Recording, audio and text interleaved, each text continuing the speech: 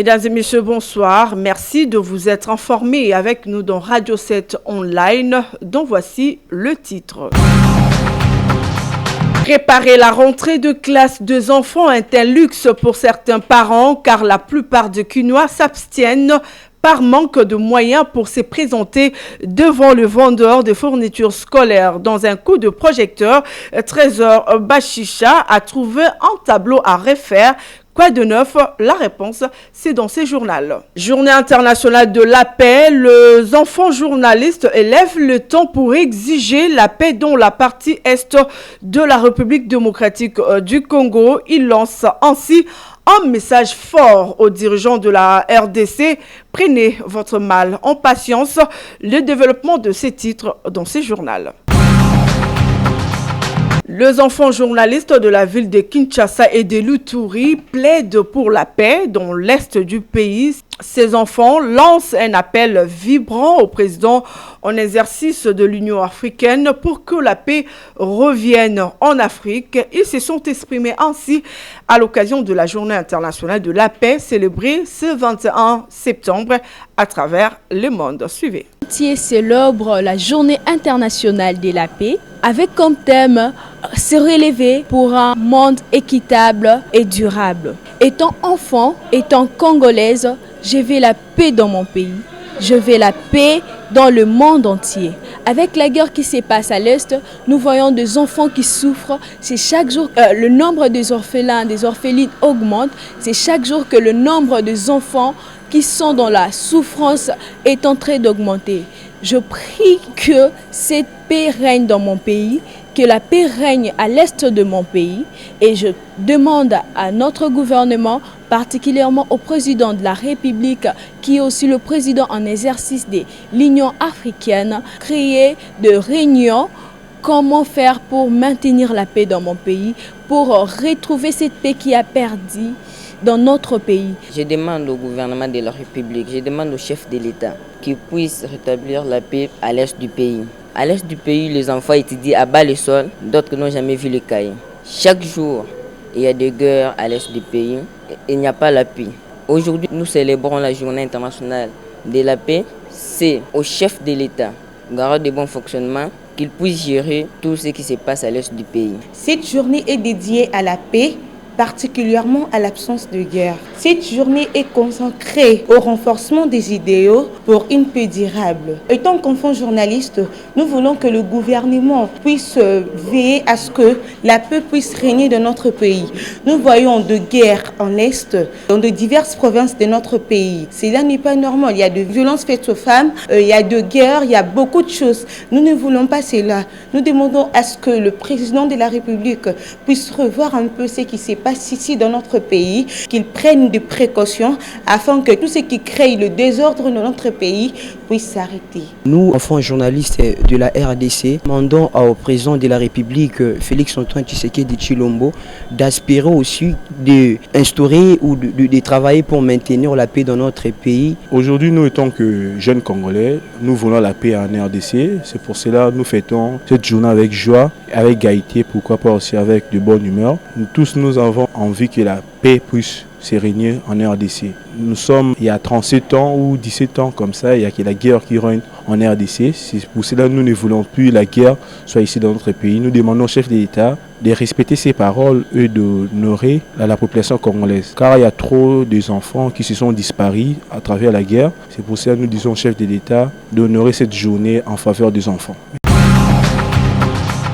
À quelques jours de la rentrée scolaire 2021-2022, l'engouement ne s'est fait pas sentir sur le marché d'achat de fournitures scolaires qui sont quasi introuvables. Le reportage de Angélique Tchala rendu par Trésor Bachicha nous en dit plus. Suivez.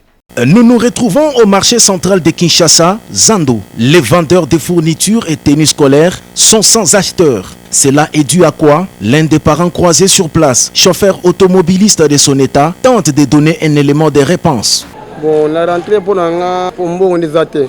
Mais nous préparer la rentrée la rentrée bana base boba dans classe. Magé mbongo izate mbongo to luka mbongo me ezo sigilete ina shofkara ngo na sala me mbongo to mona te.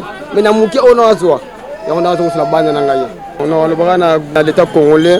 Abimisa ba bien musu ya mbongo amtu ya mbongo na lebele ko mbongo po sikili na maboka batu ndenge zala c'est Mobutu otobiso c'est Mobutu mbongo sali ko mo muke odi mbongo mais pour le moment ils ont la sauté bala ndenge Mobutu azalaki ba raisonner gouvernement Congo président Fati a raisonné ndenge Mobutu sali ko mo muke odi mbongo belé. L'argent, la monnaie ne circule pas. Ces vendeurs l'affirment et nous donnent l'ordre des prix du cahier et du tissu d'accoutrement des classes. Ba parents bazo tuna mais normalement bon désormais on a pas ba parents bon ils ont moins na oh toté kango 2000 francs oh toté kango 5000 francs libanais on te ka 2000 on te ka pe oyo 5000 francs donc biso na bango différence mais biso ba congolais to linga mingi mindele to ko mona indien na ba chinois na ba mindele ako préférer akendo sombe pas indien na libanais par rapport na nga congolais cahier de 100 fait toté kango 5000 francs. Mais tinga, pour exemple, nous avons 5 000 francs, sans feuille, tu as 200 pages, on a 5 000 francs. Il n'y a pas 5 000 francs. C'est la difficulté. Nous avons 2500 ou 2000 francs. 2000 francs, tu peux appeler 2000 francs dans une heure. Plus grave, ajoute ce vendeur, les sujets expatriés censés être grossistes vendent aussi en détail. Tout peut être difficile ailleurs, mais possible en République démocratique du Congo. Le syndicat national des professionnels de l'enseignement a fait une déclaration ce mardi 21 septembre à Kinshasa sollicitant l'implication du vice-premier ministre et ministre de la fonction publique pour retrouver leurs droits, surtout les nouvelles unités. Reportage.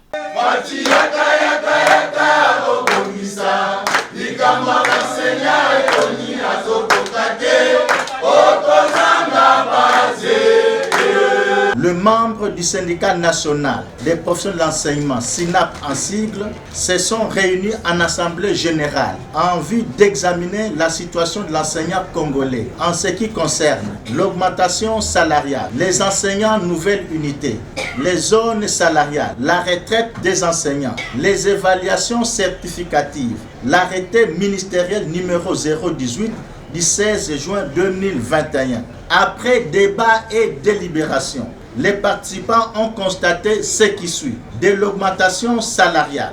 Depuis la signature du protocole d'accord de Bibois en décembre 2019, le salaire de l'enseignant n'a pas connu d'augmentation, à part le transport et le logement, octroyés de bonne foi par le chef de l'État à quelques enseignants. Des enseignants nouvelle unité, le non-paiement de plusieurs enseignants nouvelle unité dans les établissements d'enseignement public à travers la République pendant 5 à 10 ans. Des zones salariales, la persistance de la disparité salariale entre les provinces, les villes et territoires du pays, entraînant ainsi la démotivation du personnel enseignant.